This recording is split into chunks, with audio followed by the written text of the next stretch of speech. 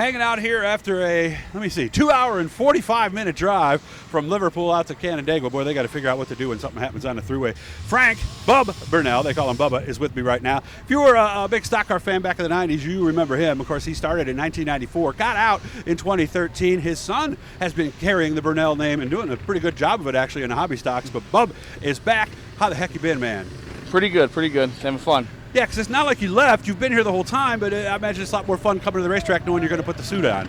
Yeah, for sure. I mean, the last couple of years with my kid, it was pretty cool getting him going. But now had an opportunity to get back in it myself with my own equipment, and I just can't wait to put on a show for everybody tonight at the track. So was it basically as simple as I need to start focusing on my son now? Is that why you got out in 13, or were there other things going on? Well, I was driving for somebody else back then, and it's, my girlfriend left, and I had a life change. So now I had to get out, got a house, and now it's just time to get back in it. It's time to be a grown-up almost, huh? Yeah, heck's getting old, man, you know?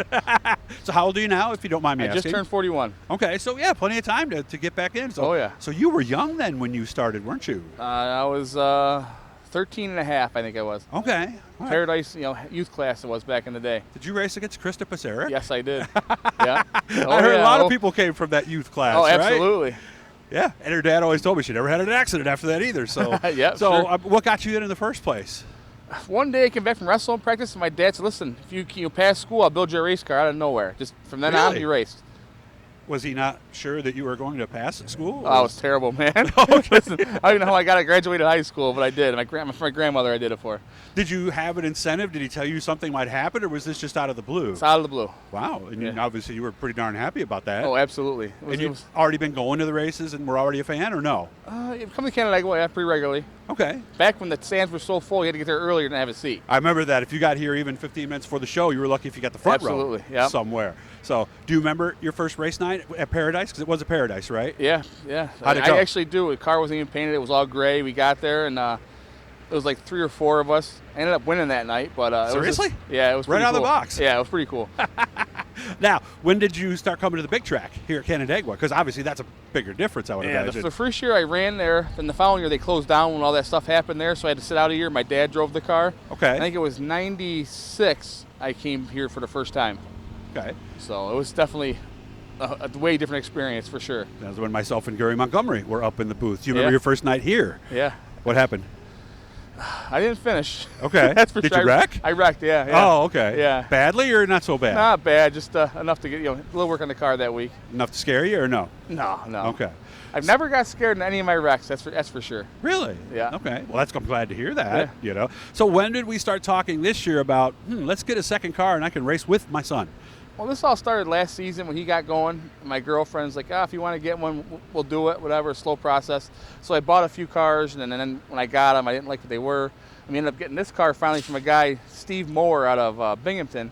And I got it home, I didn't like it, so we cut it all in pieces, and it's built from scratch. Brand new Govenda motor, brand new Peckham transmission, brand new rear. Everything in this car is top of the line stuff. And wow. It took us like 3-4 months to do it, but it's a nice piece.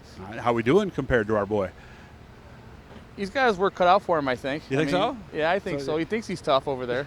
I'm looking at him right now. But his dad, you won't hear this, but is Dad better or are you better?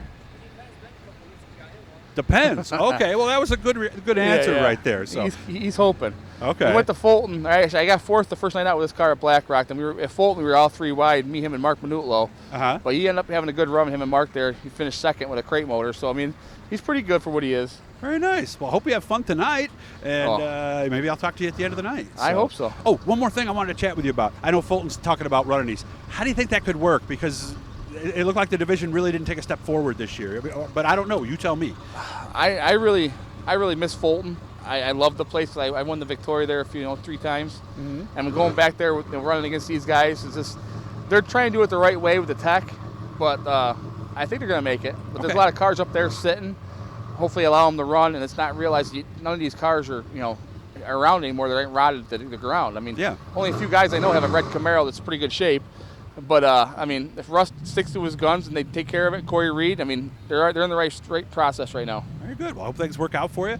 Maybe I'll see you later on tonight. Hit the Blue E guys. We're over 1.2 subscribers now. We need more. So do that. Hit the notifications, hit the like, the bells, all that good stuff. Good to see you again, and I hope you have fun tonight, man. Thank you for the interview. I appreciate it.